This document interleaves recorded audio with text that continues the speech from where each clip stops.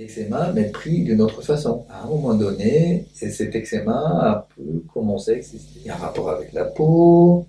Est-ce qu'il y a un rapport avec la maman? Est-ce qu'il y a un rapport avec la naissance?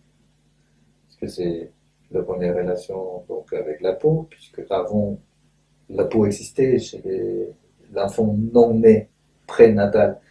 Mais elle n'avait pas d'importance, puisque la peau, elle baignait dans les liquides amniotiques qui étaient enveloppés par les placentas, qui étaient enveloppés par la peau de la mère, par le sac maternel.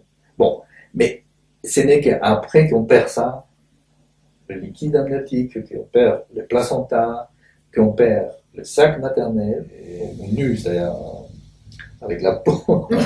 Et là, il y a la possibilité d'entrer en contact avec la peau de la mère. Et est-ce qu'il y a eu allaitement, n'a pas eu allaitement?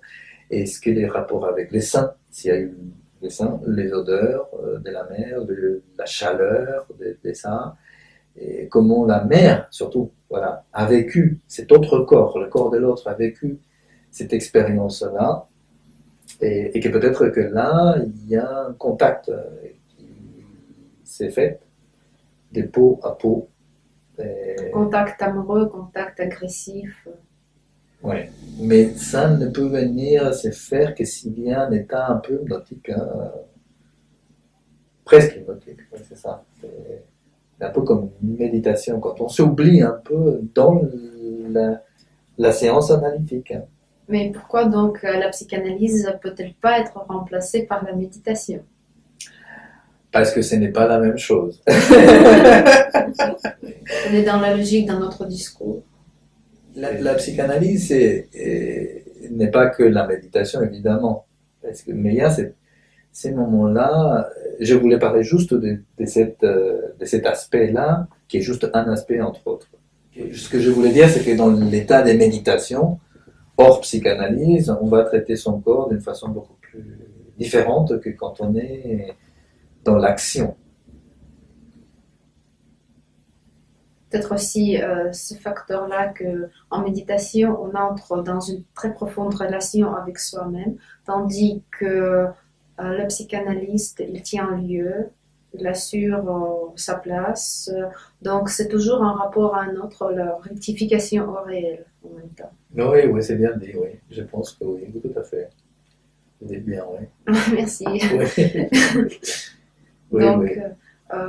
Croyez-vous qu'on peut se perdre des fois dans un symptôme qui est la psychanalyse au même moment qu'on est dans une telle méditation sur son passé, sur ses proches, sur les alentours de l'histoire personnelle?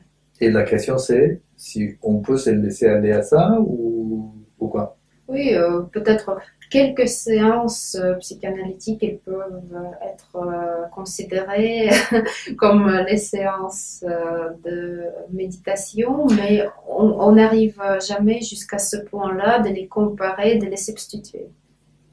Et quelle est la différence entre les deux états, d'après vous? Oui, parce que je pense que c'est une méditation. Alors supposons qu'une séance d'analyse peut être rapprochée de l'état des méditations. Très bien. Pas toutes, certaines, d'accord, et une partie d'une séance même, peut-être un petit moment, mais ces petits moments de méditation dans l'analyse, en fait, c'est pas tout à fait de la méditation. Si, ça pourrait être de la méditation si vous voyez que les patients, par exemple, il y a un silence, à un moment donné, on a dit un truc fort, et à ces moments-là, et ça arrive. Ça arrive, et donc un silence qui n'est pas un silence de résistance, qui n'est pas un silence de méchanceté, qui n'est pas un silence de haine ou de je sais pas quoi. Non, c'est un silence des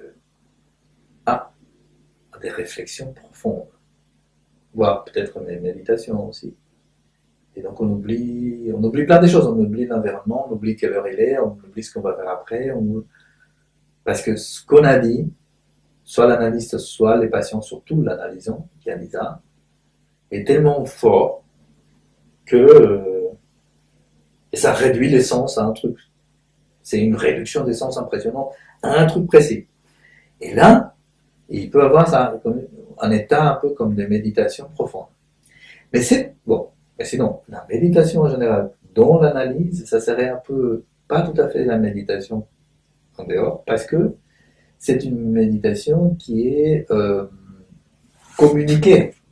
C'est-à-dire que vous pouvez être en méditation, vous pouvez être hypnotisé, mais vous continuez à parler, quoi. Vous voyez?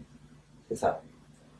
Vous continuez à parler. C'est-à-dire que vous faites confiance à un point autre, à l'extérieur de vous, à un point d'interlocution, à un autre interlocuteur, et vous lancez à cet interlocuteur